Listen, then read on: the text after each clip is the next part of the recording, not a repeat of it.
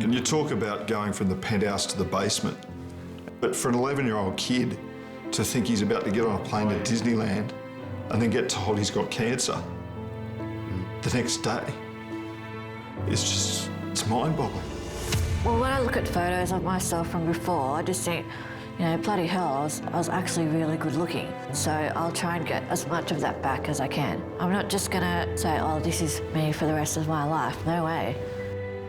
Ongoing advances in medical science and medical surgery are the exciting results of the tireless dedication of doctors and researchers around the world. It seems that almost every year we're reminded that anything is possible. A 10-year-old boy who just had an accident. Surely it's not 2 whole hands and a foot. When I look at my scars, they're a reminder of what the doctors have done, what the amazing job that doctors have done. I broke my back in 3 places. Fractured sternum, broken ribs, punctured lungs. In particular at T12, that's where my spinal cord had been damaged. And he said, you know, what do you want to do? And I said, oh, I'd like to walk. And he then said, well, let's see what we can do. Now, the case files that tell the true stories.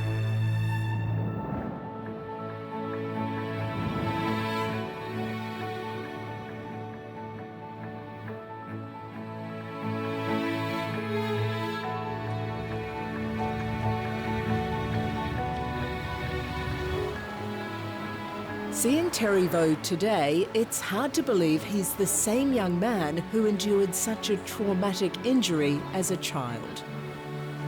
Self-assured, smart, and almost 21 years of age, Terry has never let the life-threatening events of over a decade ago define him. But even now, he can never forget what happened when a game of basketball very nearly cost him his life. In your private moments when you see your scars, what do you think? What do you reflect on? When I look at my scars, they're a reminder of what the doctors have done, what the amazing job that doctors have done. Terry was doing what countless other Aussie kids were doing in backyards that weekend, shooting hoops with friends and showing off a little by dunking the ball. But as he grabbed the ring, the wall came loose. It was pins and needles. It wasn't really hurting much, but I felt it and it felt like I was shivering. And I could still feel my hands while I was closing my eyes. So when I opened my eyes, I saw like my hands were gone. I still felt my legs, so I thought it was still there. So when I stood up, I fell down and then I looked at my leg and he was chopped off. Yeah, that's a good thing about being a kid. We're always so simple-minded. I've had my hands chopped off, now they're back on. Perfect. I can do anything I want, you know. But that thought has stuck to me throughout the years, and you know, it's become a habit of thinking like nothing can stop me. Yeah. While the scars that snake up Terry's arms are impressive, what's even more extraordinary is the range of motion that he's capable of. And it's all thanks to the efforts of an incredible medical team that swung into action back in 2005, trying to save both his arms and his left leg. So you cleaned all this side? I received the call that the ambulance team were bringing in a 10-year-old boy who'd just had an accident, and they were transporting with him 3 limbs which were separated from the body in a bucket. Terry Vo, when you look at the medical team that was put together so quickly and the reattachment of 3 limbs at once, is that out of the ordinary? Well, it's unbelievable. I've never heard it in my medical experience, but we're talking the need to get this done probably in the first 6 to 12 hours to give it any chance. So you can imagine the logistics that's going on at the hospital, knowing that this boy is coming, where they have to pull plastic surgeons, orthopaedic surgeons, vascular surgeons. Everybody has a place in this team, and we're doing it in 3 different spots at once. Unbelievable. Hello there. Dr. Robert Love is the plastic surgeon who led the medical team from Perth's Princess Margaret Hospital for Children. Look closely, the shoe is still on. That's the sole of the shoe. And this is the very first thought that goes through your mind is incredulity. Surely it's not 2 whole hands and a foot. How could that possibly have happened? Seeing Terry just days after his catastrophic injury, it's amazing just how calm and composed he is, particularly when you consider he's only 10 years old. I am really, really lucky. It couldn't have chopped up here where my elbows were, and it could even chop my head off. I remember every detail of the accident. It's like it was yesterday. Jumping out for that slam dunk, everything going in slow motion, getting up off the floor and falling back down again, seeing all my friends that were there, scared, running, and all I could think of was, is this really real? Like, is this really happening? The situation is critical. Terry is suffering terrible blood loss. His life is in the balance. As an ambulance speeds to the scene, someone has the foresight to wrap Terry's 3 severed limbs and place them in an esky filled with ice. The response of people at the scene who got his limbs into ice, how important was that? Huge. I mean, our tissue and our muscles, they need oxygen to survive and to work. If you cool something down, then those requirements are much, much less. So if I put a finger or a limb, such as in this case, into ice, then it will survive for hours longer than otherwise. So it's important, if you find yourself in that situation, to take the piece, the finger, the limb, whatever it is, to wrap it in clean cloth, put it into a plastic bag, and then put it into ice. Not straight onto ice, because the ice will burn it, like you and I used to. I didn't scream, I didn't cry, I didn't do anything. I stayed calm. Okay, we've got a 10-year-old boy with amputation of both arms and his left leg. Okay, Terry, we're just about to move you across onto the bed on the other side. The time is very, very much against you, and you realise very quickly that the clock is ticking. It's 9 p.m. on an Easter long weekend. Yet Dr. Love manages to gather a team of 19 specialists around the operating table. 3 separate teams of surgeons prepare to simultaneously reattach Terry's 2 hands and his left foot. Have the micro instruments, please. Do we need to get some more of this rubble out? Yep. All right. We're going to let it bleed out of the back, so he'll lose a little bit of blood. Just 9 hours after the accident, the limbs are reattached. Looks good, Roger. There's a lot of people out there sending you cards and wishing you well. Terry's reattached hands are doing well, but after a week there's a terrible setback with his left foot. Surgeons decide it has to be amputated.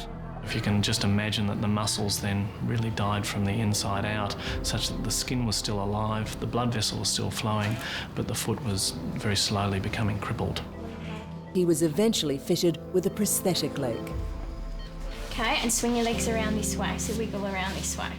2 weeks after the accident, and Terry is already taking his first steps on the road to recovery, supported in a specially designed frame. Right, you tell us when we've done enough and you want to go back. Okay? It's simply extraordinary watching Terry as he tackles every challenge that's thrown at him. I need you to stand tall. You need a hop. Okay, let's keep moving. From standing in his special frame to encouraging movement in his fingers. Ready, set. 10. No, 10's too hard. No.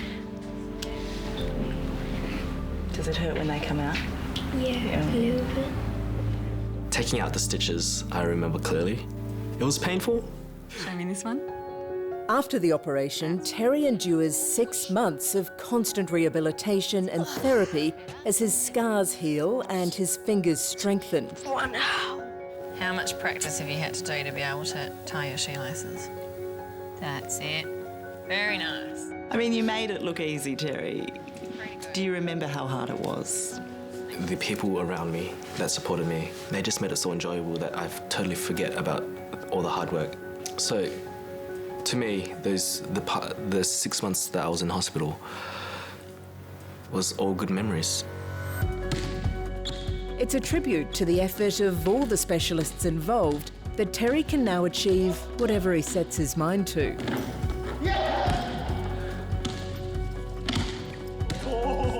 I have a lot of hobbies. I like to draw, paint, sing, dance, play basketball, badminton, tennis.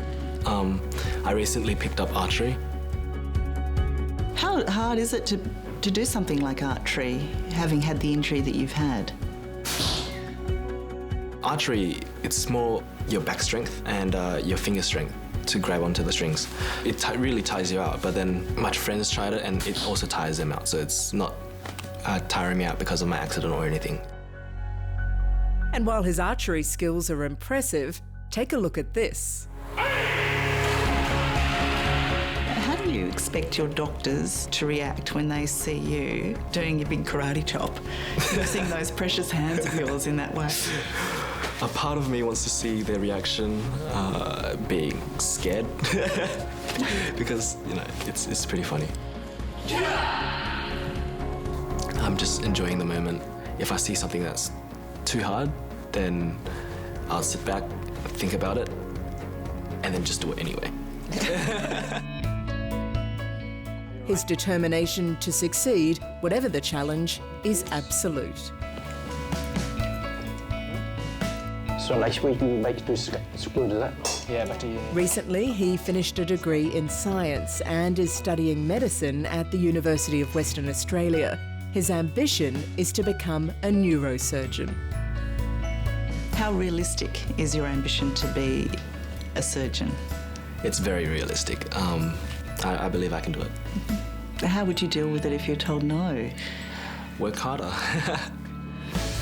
Many adults couldn't have coped with suffering a life-changing injury like Terry's. His resilience as a 10-year-old boy and his enthusiasm for life as a 21-year-old man are a lesson for us all to embrace every opportunity that comes our way. What do you think has been the reason you've always wanted to be a doctor? So many amazing doctors have saved me, and they're like my heroes, like my own personal superheroes. So one day I want to be someone else's superhero, save their lives, make their lives so much better than it could have been. It's just that thought that keeps me going. Terry's a great inspiration and so young. But in Australia, he wasn't the first person to receive a hand transplant. That honour goes to Victorian granddad Peter Walsh. Playing board games with grandkids. It's one of life's simple pleasures that used to be impossible for Peter Walsh. Couldn't do anything with their hands. Nothing.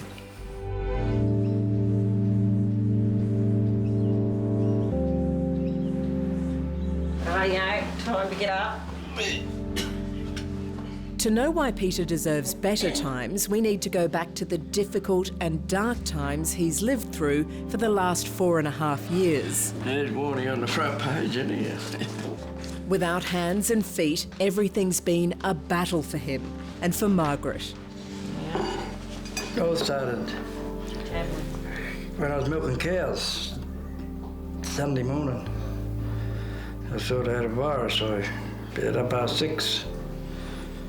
I spewed. Haven't spewed for 40 bloody years. This country bloke from Cobden in Western Victoria is not one for undue fuss. So when he became ill, Margaret knew it was serious and took him straight to hospital. He was on life support in intensive care and then didn't know whether he was going to, pull through. The infection turned out to be the frightening pneumococcal disease, which was causing potentially fatal blood poisoning.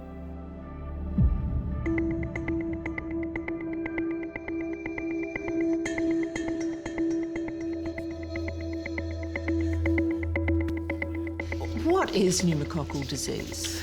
Well, it's a disease that It's caused by a bacteria called Streptococcus pneumoniae. Now, we carry lots of bacteria all over us all the time. They don't cause us any problem. But if they get hold, as they did in this gentleman here, they can be a serious disease. It can infect the brain, so you get meningitis. It can affect the lungs, so you get pneumonia. And in this case, it affected his entire body, what we call a bacteremia. And once that bug gets down into the periphery, into your legs and arms, it can block blood vessels and cause gangrene so that limbs start to die. So they had to put him in the induced coma. The heart was, you know, trying to beat the infection. The biggest risk with these operations comes from the potent drugs necessary to stop rejection. The side effects can be awful. They include diabetes, cardiac disease, cancer, and ultimately it can be lethal. Wayne Morrison finally decided the benefits did outweigh the risks. And finally, 4 years after his hands were amputated, Peter was officially on the transplant list. Oh, yes, sir! Meanwhile, he tried to get on with his normal life. Once again, he and his team won the local bowling competitions. But Peter's thoughts were a little more distant. It's a bittersweet feeling, hoping for redemption, but knowing that someone has to die for your dream to come true. Hey, thanks, Blue. Saying goodbye. Good luck. Good luck. The wait was a relatively brief 2 months. Then came the excited call that a donor had been found. And the easiest decision of all for Peter to put his life in the surgeon's hands. That's going to join up with the median nerve on this side. It's complex, but at the same time, straightforward. In the simplest terms, the donor hand will go into Peter's right arm just below the wrist. The bones will be connected first, and then the blood supply. After that, the tendons, muscle and skin, which require the skills of the microsurgeons. This wrist is a bit thicker than his, so maybe we do want a bit more skin available. First, 2 teams go to work identifying the structures of Peter's arm and the donor's hand. Then, quite quickly, they come together without fuss. Immediately now we're going to join the bone so we get stability of the skeleton, and then after that we're going to join the artery to get his blood back in the hand, because there's a critical time beyond which this part will die. At the 3-hour mark, Professor Morrison is able to display a major development. You see that's going pink here? And when we press, we can see a circulation, a capillary, what we call capillary return, a flush or a blush. In other words, with Peter's blood flowing through it, the donor's hand is now his hand. At this stage in the pioneering operation, it's a great relief for everyone. Yeah, no, that's very good. That's exactly what we're anticipating and hoping for. In terms of his size. It was a gruelling operation, but after 10 hours, Professor Morrison and his team of microsurgeons had not only given Peter a new hand, they'd given him a new life. Now you can see the fellow's had a suntan by the look of it. Good gift, you know, lucky. Some people are unlucky. Some families unlucky, but he left a gift, didn't he? And I was the one to get it.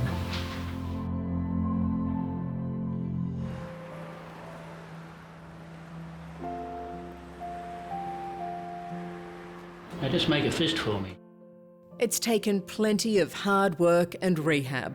But now, 5 years after the groundbreaking surgery, Peter's hand is stronger than ever. The potent anti-rejection drugs are so far causing him no side effects. And even today, his dexterity continues to improve, and Peter continues to impress his medical team. Being the only one, they're always ringing me up, you know, see how it's going. Wanting to know. They've done a good job, put it that way. It's working, I suppose it's the same for them, it's their first. They want it to work, wouldn't they?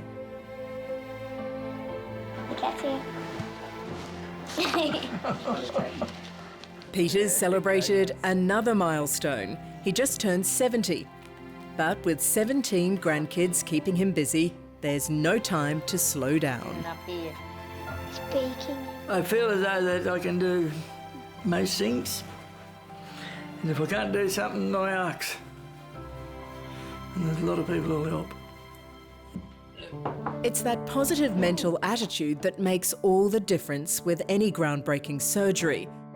And sometimes that determination can make miracles happen. For the last 25 years, John McLean has been a man largely defined by his wheelchair, but never confined by it. Here we go. In the lounge room, around the corner. Especially when it comes to keeping up with his 3-year-old son, Jack. Whoa! Down the hall. John McLean was born to be a champion. All his young life, he loved to run. John McLean has represented SG Ball and also Jersey Flegg teams.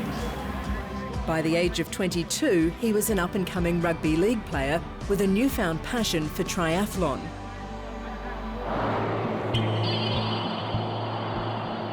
But in June 1988, it all came to a screeching halt. John was on a training ride along a busy motorway when a truck smashed into him. I broke my back in 3 places, my pelvis in 4 places, right arm in 2 places, fractured sternum, broken ribs, punctured lungs. There's a lot of damage done, but in particular the damage to the spinal cord at T12, which is about your belly button height. That's where my spinal cord had been damaged. I was near death.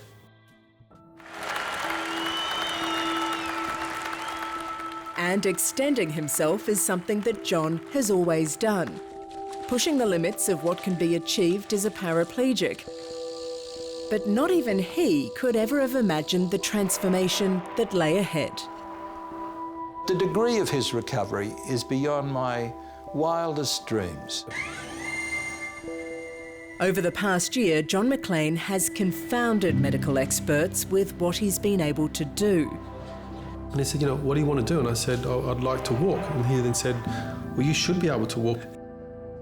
And then he said, well, let's see what we can do.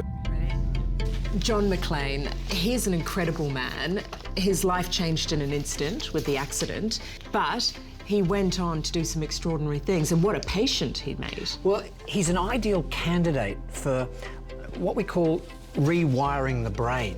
He's had this severe trauma that has affected his spinal cord, and in the old days we would have said, terribly sorry, we'll put you in a wheelchair, we'll give you some splints, we'll try and make life easy for you. But there's been a huge paradigm shift in the way we look at these particular patients, especially when they're so focused as he is, that says, well, maybe we can teach the brain and the spinal cord to rewire itself. This is not science fiction. This is the stuff that is being explored around the world right now. What we need to do is get our foot firmly in the door and wedge it open and allow this to happen for a lot more people. He was a man who'd had a very horrendous accident where a lot of force had come towards him, and this then meant that there was damage to the spinal cord. The question was, how much damage? Professor John Yeo is one of Australia's most respected spinal specialists. He looked after John in the 4 months he was in hospital. John was an excellent patient, very keen, of course, to do everything. And he had lots of physio and occupational therapy, and indeed made plans to make the most use of what he had. But the wheelchair was still going to be a big part of his life. John emerged from hospital with just 25% movement in his left leg. His right was practically useless. He could stand for short periods, but walking was impossible. I hated the wheelchair. I wanted to run again, so that's why I tried so hard. But eventually I accepted the fact that I'm going to be in a wheelchair for the rest of my life. But not one to take life sitting down, John embarked on the toughest challenges he could dream up. Emma. He was the first wheelchair athlete to complete the Hawaiian Ironman and the first to swim the English Channel. whether it's paddling or rowing or wheelchair racing or, triathlon, he's into it 100%. That's just what he does. Woo! Come and get you! Into Daddy's room. For wife Amanda, just keeping up with John's zest for life is a challenge in itself. John, he just walks with wheels. He's always been, he's so completely independent, and I think anyone who is in a relationship with a wheelie, it sounds a silly thing, but you kind of don't see the wheelchair. Look at that finish line, Aiden! Iron Kid, John McClane has been a trailblazer and an inspiration for so many in wheelchairs. But the sad fact is that for those with serious spinal injury, medical science has struggled to find a cure. We're done good. We're done good. Thank you. In Australia, 1 person a day has a spinal cord injury, and most of those people end up in the spinal cord ward being told that they're never going to walk again, they'll never have bowel function, they'll never have bladder function, they'll never have sexual function, they're going to have troubles controlling their body. So what we're trying to look at the moment is... But new discoveries are offering new hope.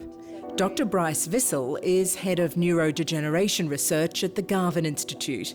He says world-leading studies in how the nervous system can fix itself will revolutionise spinal treatment. I think this is the new evolving idea of what's called neural plasticity. The nervous system has tremendous capacity for its self-repair. What was your favourite animal at the zoo? Elephant. An elephant. In this new medical frontier, John makes a perfect candidate. His spinal cord is still partly intact, and he has the drive and discipline of an elite athlete. But even super-motivated John McClane needed someone to motivate him that after all these years, he just might walk again. It's a moment, right, to say to a person who's been in a wheelchair for 25 years, oh, I think you can walk, without that person thinking you're a crazy person. It's noisy there, mate, so you just got to let that noise get out of there. Sports coach and therapist Ken Ware set about building John's strength and coordination to make the most of any connections in John's spinal cord. All I want is that thought process. And, just as critically, Ken worked on John's mind. Get a good picture in your mind of what you're trying to accomplish. Ken has this wonderful ability to make you feel relaxed and at ease and getting really clear on what it is that you want. So that's the goal, and it's about letting go of things that hold you back from that. And let go he did. He said, if you want to learn to walk, you better start putting your foot down. Those first steps were tentative, but definite. And gradually, one step after the other, then things were happening which I couldn't explain. So just pick that. Now, less than a year later, Just chin up, chest out, shoulders back, and just walk straight to that mark. So keep your thoughts up high. this is a man who can walk again.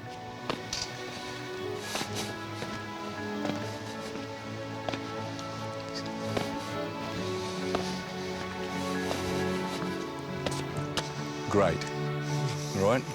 It just keeps getting more extraordinary. I mean, I wouldn't believe it unless it was happening to me. Come on, let's go, go, go. Incredibly, John is even trying to run. That's the way. Go, go, go. Come on. Keep your arms tucked in. That's it. Tuck them in.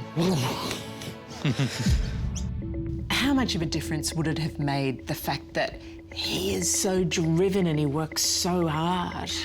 I think that's the key to it, because we're trying to re-educate the brain. We know we've got a lot of extra nerves and wiring in our brains that we don't use, and if you can retrain your brain, then, especially when you're so focused like this, then the brain can actually be reprogrammed.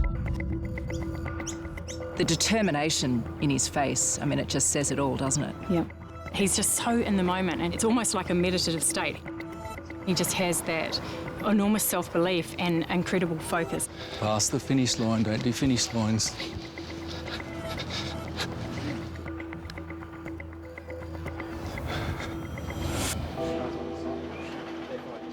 Today, Professor John Yeo is looking for answers from the 3D MRI scan. A glimpse into what's going on in John McClane's spinal cord. So we need to cover the cervical and thoracic spine, and that should be enough. Radiologist Dr David Brazier runs the MRI unit at Sydney's Royal North Shore Hospital. Just want to come in here. You can see here that this is the cross-section of the cord. Yes. The white area is the damaged cord you can see here, and this is the tiny little bit of cord here that remains. But that's enough, at least in your case, obviously, for you to have some function. And to be honest, I'm amazed at seeing you just walk forward there, because there's still quite a lot of damage. Our interpretation of this is that it's not regeneration that John is getting recovery of function, it's a re-synapsing, an opening up of pathways, John, that I think is what's working for you. Either way, you're just going to be pleased, aren't you, with the result? Absolutely. Whether it's one or the other. What have you learnt from John McClane's progress? What have I learnt? I've learnt that miracles happen. For John and his family, this miracle has opened up a world of possibilities.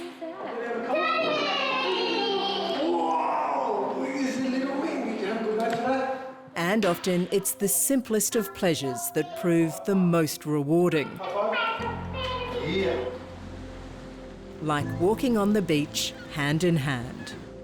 It's a lot more personal. Maybe it's not so much a sporting achievement. This is a very personal goal. And something he's always strived to get back to. So I guess that's a difference. It's just very personal to him. And go!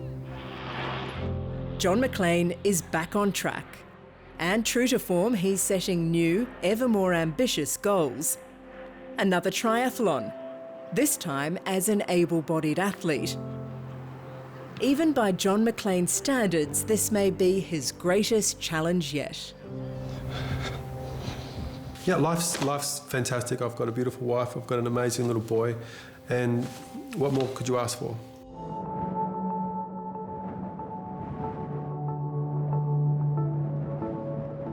This time last year, the Williams family was like any other.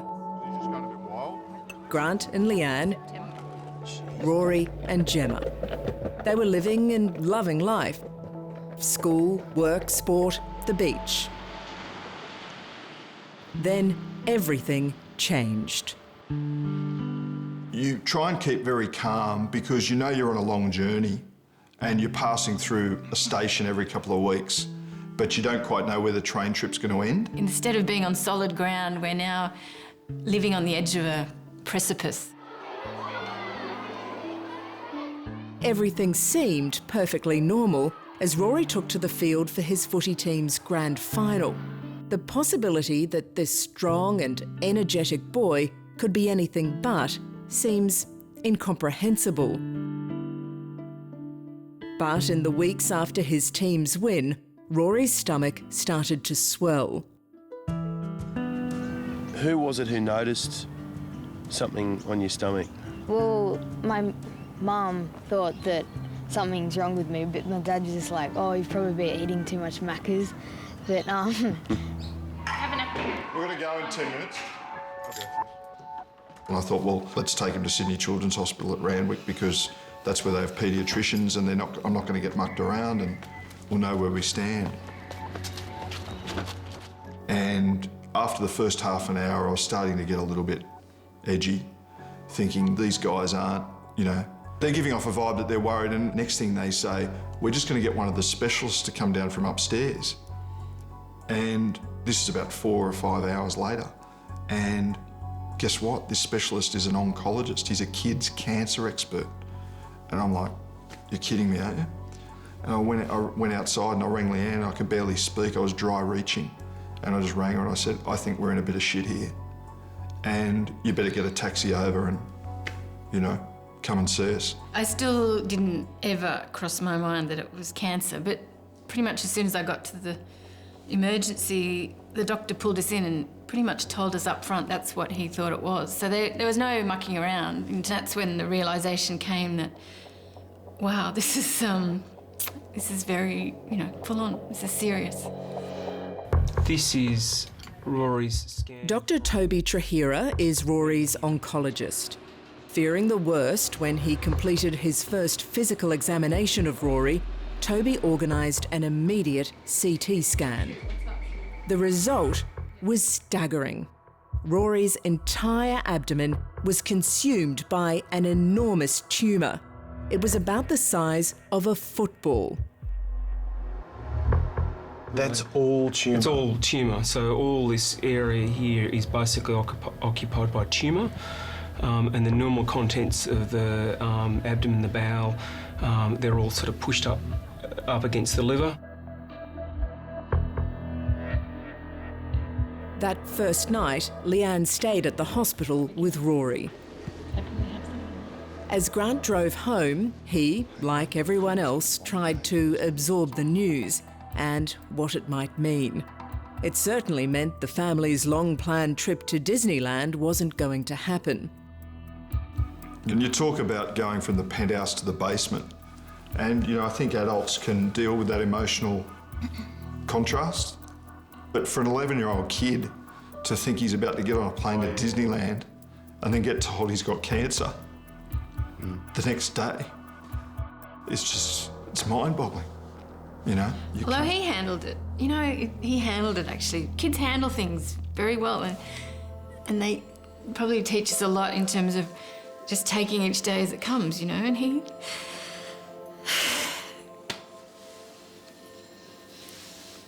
The news went from bad to disastrous. Scans and pathology tests eventually revealed this aggressive tumour was so big it was inoperable. Worse still, chemotherapy and radiotherapy wouldn't work on a rare genetic cancer such as Rory's. Oh, Joe. Thank you. We're sitting in a room with a team of doctors and they're telling us in very technical language, words we'd never heard of before were becoming now common language to us. And inflammatory myofibroblastic tumour and with ALK-positive activation and things like that. And all I remember him saying to me is, am I going to die? And, that took all I had to say, mate, of course you're not going to die, and not cry myself. If he's not crying, don't you dare, because what message is that going to send? The cruel truth is a cancer such as this, untreated, means life expectancy is usually measured in months, not years. There are not many patients who have tumours that... But there was one very slender ray of hope. Toby Trahira and his team identified a genetic mutation, effectively a protein that causes Rory's tumour to grow so aggressively. Toby explained that there was a drug known as an inhibitor which could switch off that protein.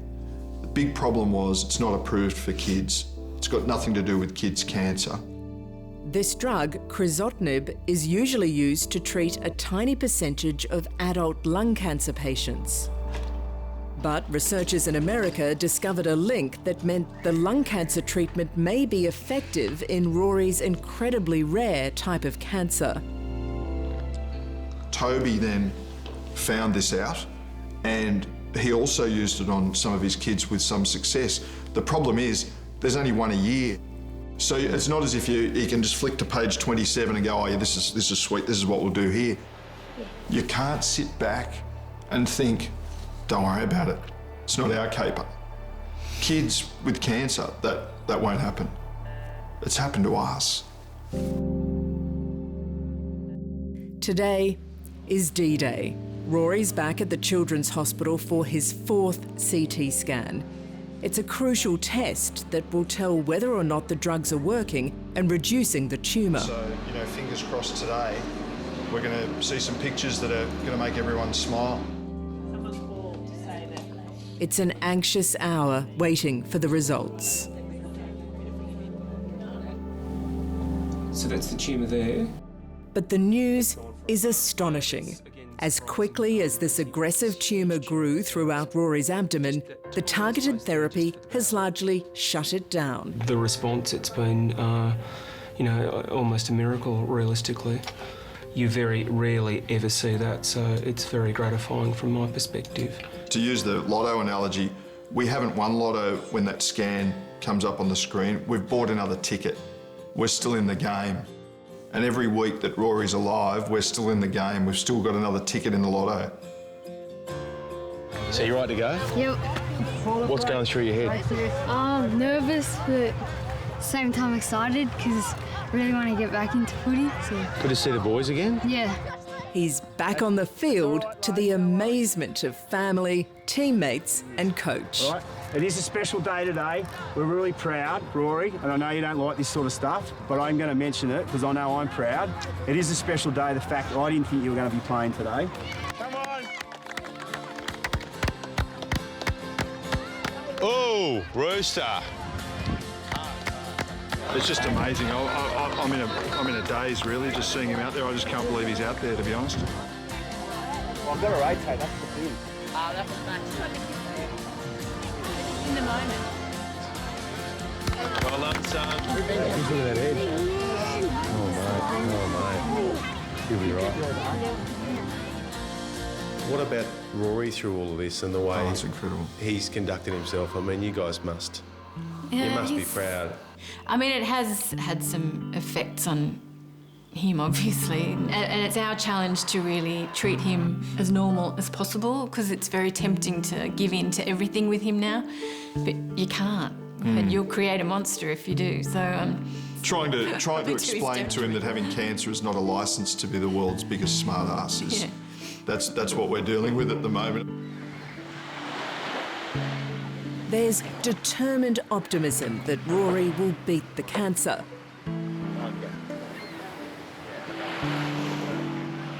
For everyone, hope is now the only option.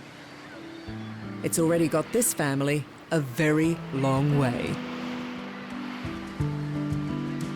I'm about to ask you that question that everyone's asking you. Is he going to be okay? He'll be right. He'll be right.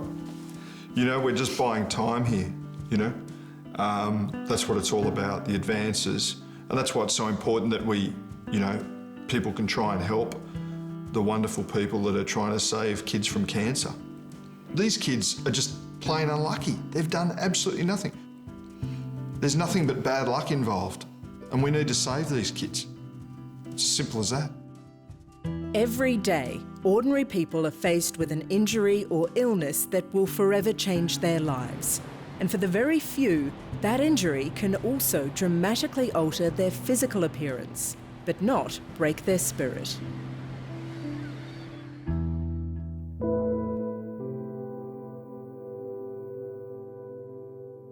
For 2 years, Turia has lived in this mask, and for all that time, she's been looking forward to this moment.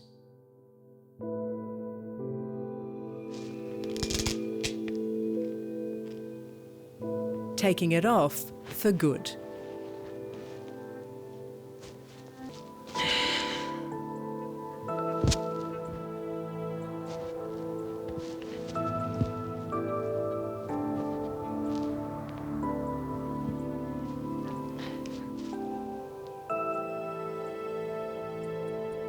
I've done really well with the mask. Like, I've worn it pretty much 23 hours a day.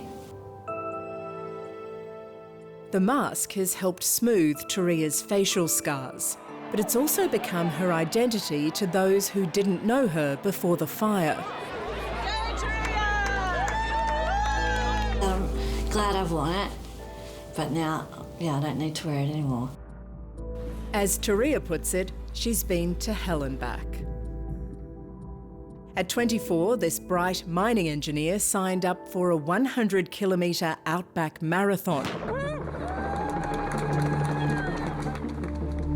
This is her on the course in September 2011. Girl on the right, she's from Kununurra. She's powering through the Kimberley Ranges. But just a few hours later, she'll be fighting for her life after being trapped in a raging bushfire.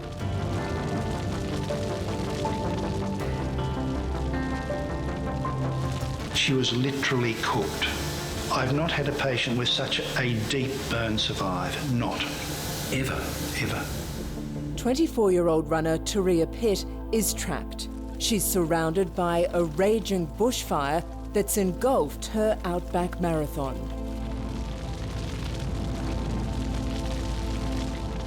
And I remember just screaming for help, but no one came. And then I realised no one was coming to help. And I sort of just shut up after that. Yeah. By this stage, Turia and 3 other runners lay extensively burned on a hillside. Nearly 4 hours would pass before Turia is airlifted to hospital. My first memory of being in hospital is like I sort of wake up and then Michael's crying and he's saying to me, aren't you happy to be alive? And I was just thinking, no way, like, why am I even alive? Like, because, and that was at the very start when I couldn't do anything for myself. And, you know, I couldn't even talk. Suffering burns to 70% of her body, Turia's fight back has simply been extraordinary. How's the mask feel? Better. Better, eh? It's been a battle shared with Michael, Turia's boyfriend. I thought if she can walk in agony, you know, and do all the physio that they're asking her, I can be there in the morning and give her breakfast and be there all the time. That's easy for me. And today, for the first time since the fire, Turia's ready to sit in front of a mirror, get made up, mask-free, and celebrate surviving. There you go. It looks good, buddy. Thanks so much. I'm really happy. It's a big reveal and surprise, especially for Michael. Hello. Hey! You're beautiful. Thanks, darling. Oh, makeover, eh? Yeah, makeover. Oh, well done. Are you happy? Yeah. As I'm getting to the stage where I've got a lot of mobility and independence back, I'm more concerned now with my appearance, if that makes sense. Yeah. Concerned in what way? Well, when I look at photos of myself from before, I just think, you know, bloody hell, I was actually really good looking. And I'm a really determined person, so I'll try and get as much of that back as I can. Yeah. I'm not just gonna accept the way things are now and say, oh, this is me for the rest of my life. No way.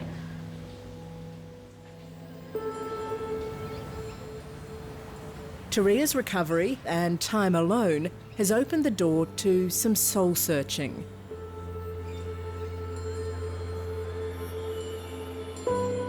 There's a little piece inside of me which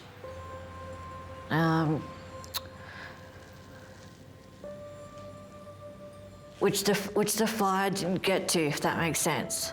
So, yeah, it may have taken away my body, but there's still a piece inside of me which is still that independent woman who's very determined.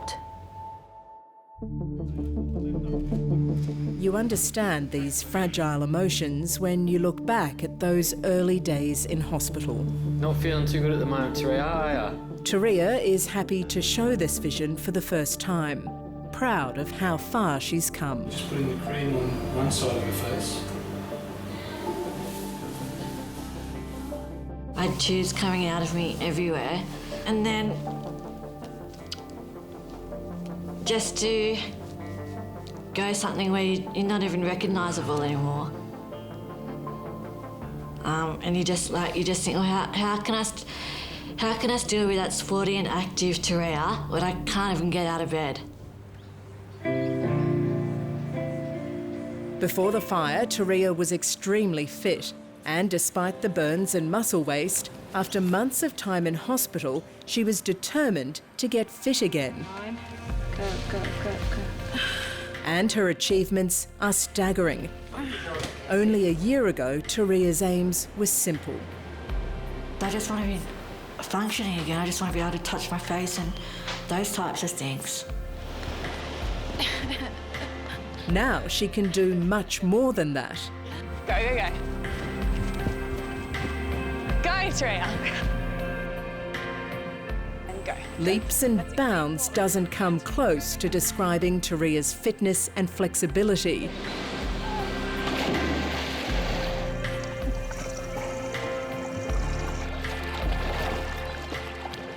But the big emotional purge has been, quite naturally, coming to terms with burns to her face.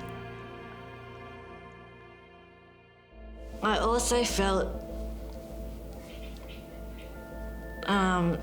silly for caring so much, because I never considered myself to be vain.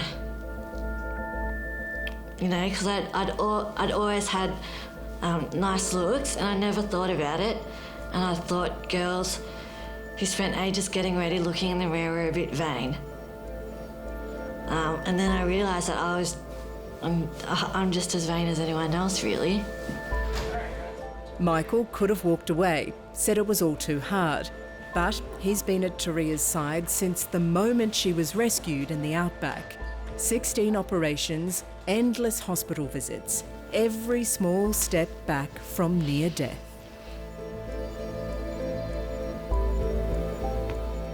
It's like you're in the... Yeah, but it was like you were thrown in the flames of hell. That's literally where you were, the flames of hell, and you've had to crawl your way back. So they've gone, all right, here's a taste of hell, and you've gone, well, I'm not going there just yet. That's what I believe, you know, you've come back from there. Yeah, right. If you look at it that way, that's the way I look at it. It's an amazing way to put it. Yeah. If there is a hell, she's been there and she's back. And I don't know why you had to go there, because you're such a good person, but you've been there. Taria's back at Concord Hospital under the care again of burns specialist Professor Peter Hirsch. I'm really hoping that we find something with my nose. Well, I tell you, so am I. Yeah. So am I. Reconstructing Taria's nose is difficult. It's not just cosmetic. Her nasal passages are blocked and the scarring is thick. Today's explorative surgery has left Professor Hirsch and Taria with limited options, and one of them is extreme and groundbreaking. We're trying very much to look at doing something for her, but at the end of the day, and we've discussed this with her, she is a candidate for a facial transplant. Get you ready for Janine. It's not a decision Taria and Michael are going to make overnight. Slow down, Taria, you're Sorry. too quick for me. And understandably, it's a contentious choice. How would you feel about taking someone else's face? Well, it's not just me that we've got to think about. Like, we've got to think about Michael as well, because he'll have to look at that face. You know what I mean? It's one big operation rather than 20 small operations. Yeah, but, like, there's no point us worrying about it. No. We're just going to go through the steps, evaluate all the options, and decide which one's best for us. Well, you're deciding, it's not me, it's your decision. Yeah. Like, we've just got to go through all our options. One of them's a prosthetic nose, but I'm a bit worried about that because I can just imagine in the morning being like, saying to Michael, have you seen my nose? Where's my nose? Yeah! Muscles. Put that away. And while there are still big decisions to be made about future surgery, today another important milestone. Taria's having her eyebrows filled out with permanent tattooing. They look bloody good. Thank you. I'm really happy with them. Go. That's it. Lean forward. Go, Taria. Go, go, go. Taria's also gone back to uni. And Michael is studying environmental science. Each day is better than the last one, and I just think, what will we be doing next year? What will we be doing in 5 years? What will we be doing in 10 years? And we're both still young, we've still got our whole lives ahead of us. You know, we'll have kids and I'll say, Mummy is really badly burnt, they won't care. Like, we know that kids are tough, but we don't think it'll be that hard compared to what we've been through, but who knows. For all the trials they've faced and have ahead of them, the one thing Turia and Michael have learned to rely on is each other. I'm not going to lie and say, oh yeah, it's been bloody great. Yeah. Because, you know, it's not fair of what's happened and life should be better. Yeah, and the fact that we're still together, I mean, I know a lot of people would have broken up. Yep. Yeah, I mean, I feel really lucky to have him. That's what do you say? I'm stoked she's alive.